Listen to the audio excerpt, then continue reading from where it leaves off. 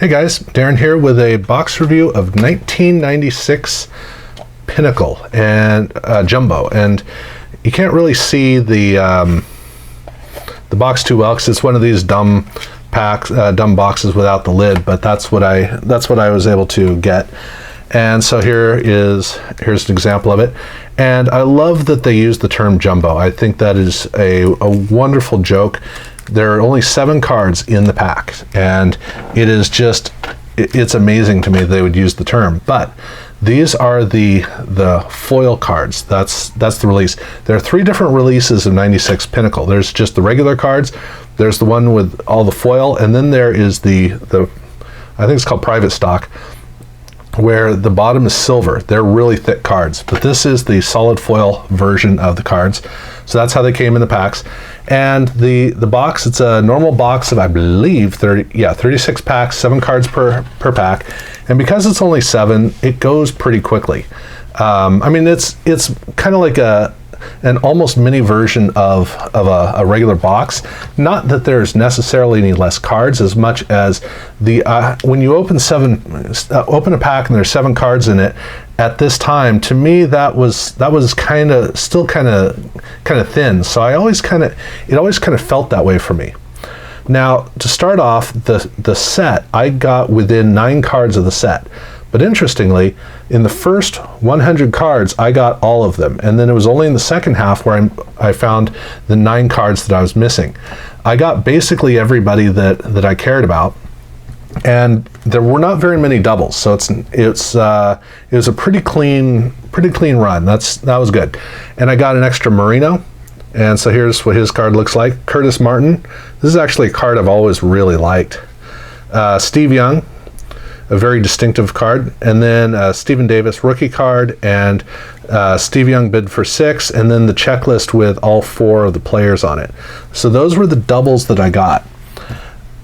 In terms of the set, I got basically everybody I cared about, because I got Emmitt Smith, Jerry Rice in a pretty interesting card, Terrell Davis, Brett Favre, Marshall Faulk, Troy Aikman, John Elway, Barry Sanders, Mike Allstott rookie, Keyshawn Johnson, Marvin Harrison, Eddie George, and then bid for 6 with Emmitt Smith, Steve Young, and Jerry Rice, and then of course checklist with Barry Sanders,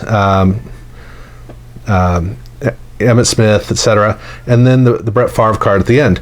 So that's largely the cards of significance in the card set. And you can see I got pretty much all of them, but you'd expect that if I got within 9 cards of a 200 card set.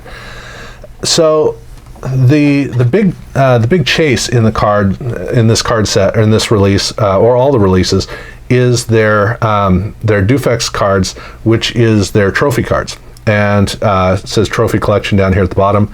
These cards, the quality of them has always been a little bit interesting. I mean, the Willie Anderson card, you can really see that it's a card that I guess doesn't age well.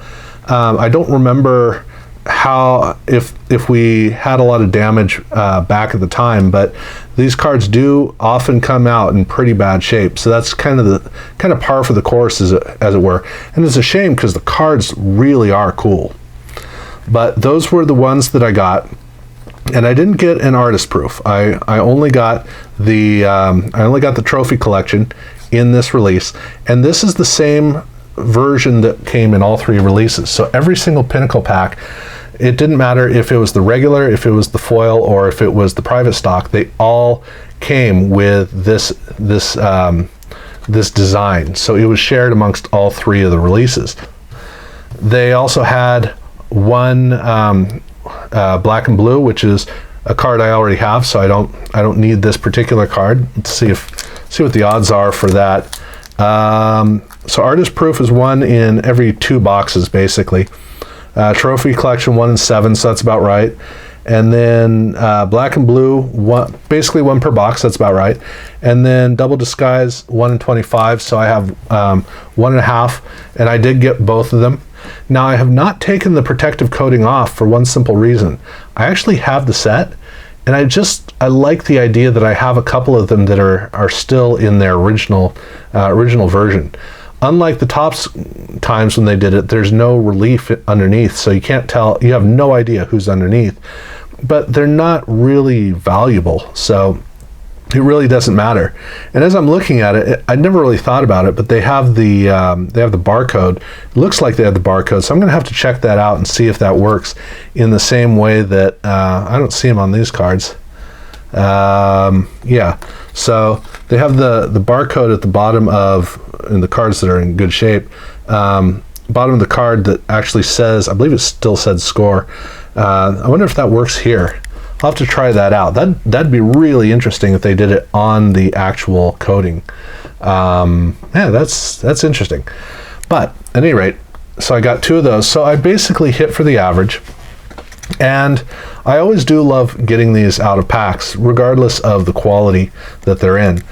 I love the fact that I got a very clean delivery of basically just about a complete set without a lot of wasted space. A couple of good doubles. And I got no triples, so that was also good. So overall, I thought it was worthwhile. I thought it was good. I would like to have had more inserts, just because at this time we were really into inserts, and I don't think that any of these were really worthwhile for 36 packs. And you know, even though I did get a Brett Favre checklist, which is good, other than that, I thought it was a little lackluster in that regard. But overall, to me, this is more of a set builder kind of box. That's kind of my take. But yeah, at any rate, that's how it went for me. So thank you guys for watching.